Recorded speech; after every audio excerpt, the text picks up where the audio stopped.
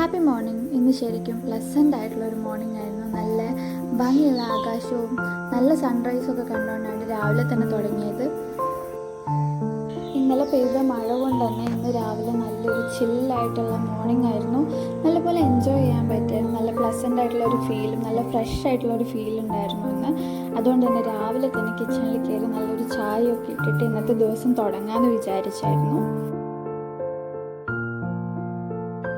പലപ്പോഴും ഇതുപോലത്തെ മോർണിംഗ്സൊക്കെ ഇവിടെ ഭയങ്കര കുറവാണ്. എപ്പോഴും നല്ല ചൂടായിട്ടിരിക്കുന്ന ക്ലൈമറ്റ് ആയതുകൊണ്ട് നമുക്ക് ഇങ്ങനത്തെ ചില്ലായിട്ടുള്ള മോർണിംഗ്സ് ഒന്നും ആസ്വദിക്കാൻ പറ്റാറില്ല. അതുപോലെ തന്നെ എപ്പോഴും റഷായിരിക്കും. രാവിലെ തന്നെ ഒരുപാട് തിരക്കും കുറേ വർക്ക് പ്രഷറൊക്കെ ഉണ്ടാവാറുണ്ട്. പക്ഷേ ഇന്ന് ശരിക്കും ഒരു സ്ലോ മോർണിംഗ് ആയിട്ട് ഫീൽ ചെയ്തായിരുന്നു.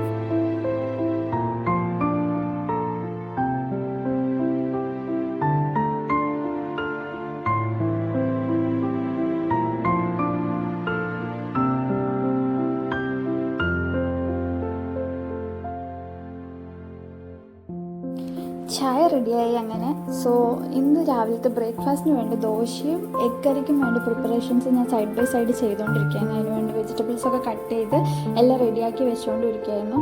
എനിക്ക് അത്യാവശ്യം ചായ ഇങ്ങനെ കുറച്ച് നേരം ഇരുന്ന് തിളച്ച് കഴിയുമ്പോൾ ഒന്നുകൂടെ ഫ്ലേവേർഡായിട്ട് നല്ലൊരു ടേസ്റ്റും കൂടെ ഫീൽ ചെയ്യാറുണ്ട്. അപ്പോൾ കുറച്ച് നേരം ഞാനൊന്ന് തിളച്ചതിന് ശേഷം പിന്നെയും കുറച്ച് നേരം കൂടെ അടുപ്പത്ത് വെച്ച് തിളപ്പിക്കാറുണ്ട്. അപ്പോൾ ചായ ഇവിടെ റെഡിയായി. അതിൻ്റെ കൂടെ തന്നെ നമ്മളെ പച്ചക്കറികളൊക്കെ അരിഞ്ഞ് റെഡിയാക്കിക്കൊണ്ടിരിക്കുകയാണ്.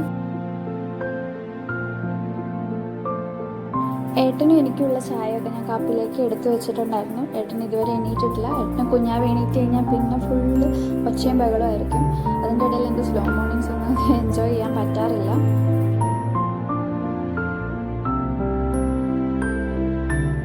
സൂര്യൻ ഇങ്ങനെ ഉദിച്ച് വരുന്നതും ആ സൺറൈസും നേരെ നമ്മുടെ കിച്ചണിലേക്ക് ഹാളിലേക്ക് എപ്പോഴും വരാറുണ്ട്. സോ അത് ഒരു അടിപൊളിയായിട്ടുള്ള ഒരു വ്യൂ ആയിരിക്കും. രാവിലെ തന്നെ കിച്ചൺ ഫുൾ നല്ല വെളിച്ചമായിട്ടുണ്ടാവും. അപ്പോൾ നമ്മൾ ചായയൊക്കെ കുടിച്ച് സൈഡ് ബൈ സൈഡ് ഓരോ പരിപാടികളൊക്കെ എടുത്തുകൊണ്ടിരിക്കുകയായിരുന്നു. നല്ലൊരു വ്യൂ ആണ് കിച്ചണിൽ നിന്ന് പുറത്തേക്ക് നോക്കുമ്പോൾ ഉള്ളത്.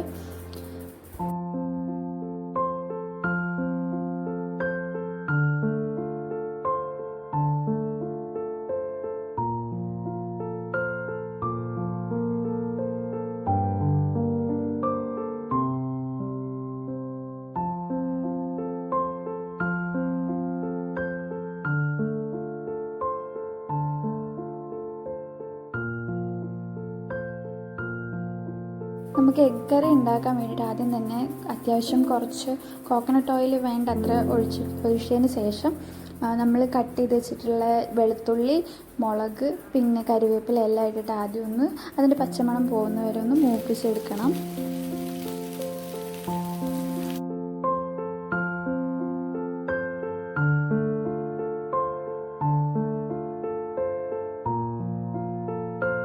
അതിനുശേഷം ആവശ്യത്തിനുള്ള സവാളയൊക്കെ ആഡ് ചെയ്ത് കൊടുക്കുക. അപ്പം നമ്മൾ ആ സൺലൈറ്റ് ഹോളിലേക്ക് വന്ന ഒരു വ്യൂ കാണാൻ നല്ല രസമാണ്. സൺലൈറ്റ് അങ്ങനെ ഫുള്ളായിട്ട് ഹോളിൽ വന്നിട്ട് നല്ല അടിപൊളിയായിട്ടിരിക്കുകയാണ്.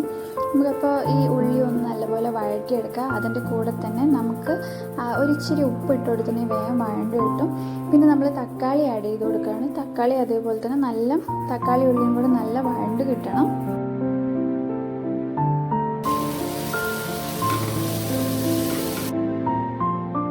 തക്കാളി ഉള്ളിയും വഴണ്ടതിന് ശേഷം നമ്മൾ ആദ്യം തന്നെ കുറച്ച് മഞ്ഞൾപ്പൊടി ആഡ് ചെയ്ത് കൊടുക്കുക. അതിന് ശേഷം ആവശ്യത്തിനുള്ള മുളക് പൊടി, ഓൾറെഡി പച്ചമുളക് ചേർത്തുകൊണ്ട് തന്നെ നമുക്ക് അധികം സ്പൈസി ആയിട്ടുള്ളൊരു കറിയല്ല. അപ്പോൾ കുറച്ച് മുളക് പൊടിയും കൂടി ചേർത്ത് കൊടുത്ത് നല്ല മിക്സ് ചെയ്യാം. പിന്നെ നമ്മൾ ഓൾറെഡി കുറച്ച് കിഴങ്ങ് ബോയിൽ ചെയ്ത് വെച്ചിട്ടുണ്ടായിരുന്നു. അപ്പോൾ അതും കൂടെ ആഡ് ചെയ്തിട്ട് നല്ല കിഴങ്ങൊക്കെ ഒന്ന് നല്ല ഉടച്ച് മിക്സ് ചെയ്ത് കുറച്ച് വെള്ളം ഒഴിച്ചിട്ട് ഇങ്ങനെ ഒന്ന് തിളപ്പിക്കാം. തിള വന്നതിന് ശേഷം നമുക്ക് വേണ്ട മുട്ടകൾ ഓരോന്നായിട്ട്, നമുക്ക് വേണ്ട എഗ്സ് എത്ര എഗ്ഗ് വേണോ അത് ഓരോന്നായിട്ട് മിക്സ് ചെയ്ത് ഒഴിക്കരുത്. ഓരോന്നായിട്ട് നമ്മൾ ലെയറിങ് ചെയ്യുന്ന പോലെ മേലെ മേലെ ഒഴിച്ചു കൊടുക്കാം.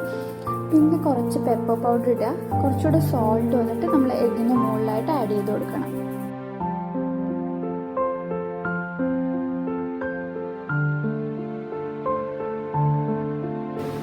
എന്നിട്ട് നമ്മൾ ഇട്ടിട്ട് ഒന്ന് അടച്ചു വെക്കുക. കുറച്ച് നേരം അടച്ചു വെച്ചൊന്ന് കുക്കായതിന് ശേഷം തുറന്ന് നോക്കുമ്പോൾ ഇങ്ങനെ ഉണ്ടാവും. ഇങ്ങനെ ഒന്ന് ചെറുതായിട്ട് സെപ്പറേറ്റ് ചെയ്തൊന്ന് ചെറുതായിട്ട് ഒന്നുകൂടെ ഇട്ടിട്ട് നല്ല അടച്ചു. കറിയുടെ പരിപാടി അത്രയേ ഉള്ളൂ. സിമ്പിളാണ്, കഴിഞ്ഞു. നെക്സ്റ്റ് നമ്മൾ ദോശ ഉണ്ടാക്കുകയാണ്. അത് നമുക്ക് ആവശ്യത്തിനുള്ള ദോശ എത്രണ്ണം വേണോ അതിനനുസരിച്ച് ദോശ ഉണ്ടാക്കും.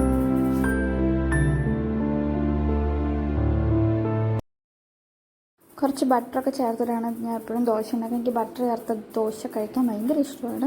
നല്ല ടേസ്റ്റ് അല്ലേ. അതിൻ്റെ കൂടെ തന്നെ നമ്മുടെ എഗ് കറിയും കൂടെ കൂട്ടി കഴിച്ചിട്ടുണ്ടെങ്കിൽ അടിപൊളി ഒരു കോംബോയാണ്.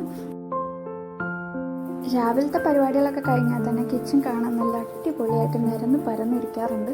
സോ ഫുള്ളായിട്ട് പിന്നെയും എല്ലാം റെഡിയാക്കി ഒതുക്കി പെറുക്കി വെക്കുന്നത് തന്നെ ഒരു ടാസ്ക്കാണ്. കുറച്ച് ഹെക്റ്റിക്കായി ഫീൽ ചെയ്യാറുണ്ട്. പക്ഷെ എന്നാലും ക്ലീൻ ആയിട്ടുള്ള കിച്ചൺ ആണെങ്കിൽ പിന്നെയും നമുക്കൊരു സാറ്റിസ്ഫൈഡ് ആയിട്ടുണ്ടാവും. അപ്പോൾ തന്നെ ക്ലീൻ ചെയ്ത് വെക്കുന്നതായിരിക്കും ഹെൽപ്ഫുള്ളായിട്ടുണ്ടാവും. നമുക്ക് അടുത്ത് കുക്ക് ചെയ്യാനും പിന്നെ എന്തെങ്കിലും ഉണ്ടാക്കാനൊക്കെ വേഗം നമ്മൾ ക്ലീൻ ചെയ്ത് വെക്കാറുണ്ട് എപ്പോഴും.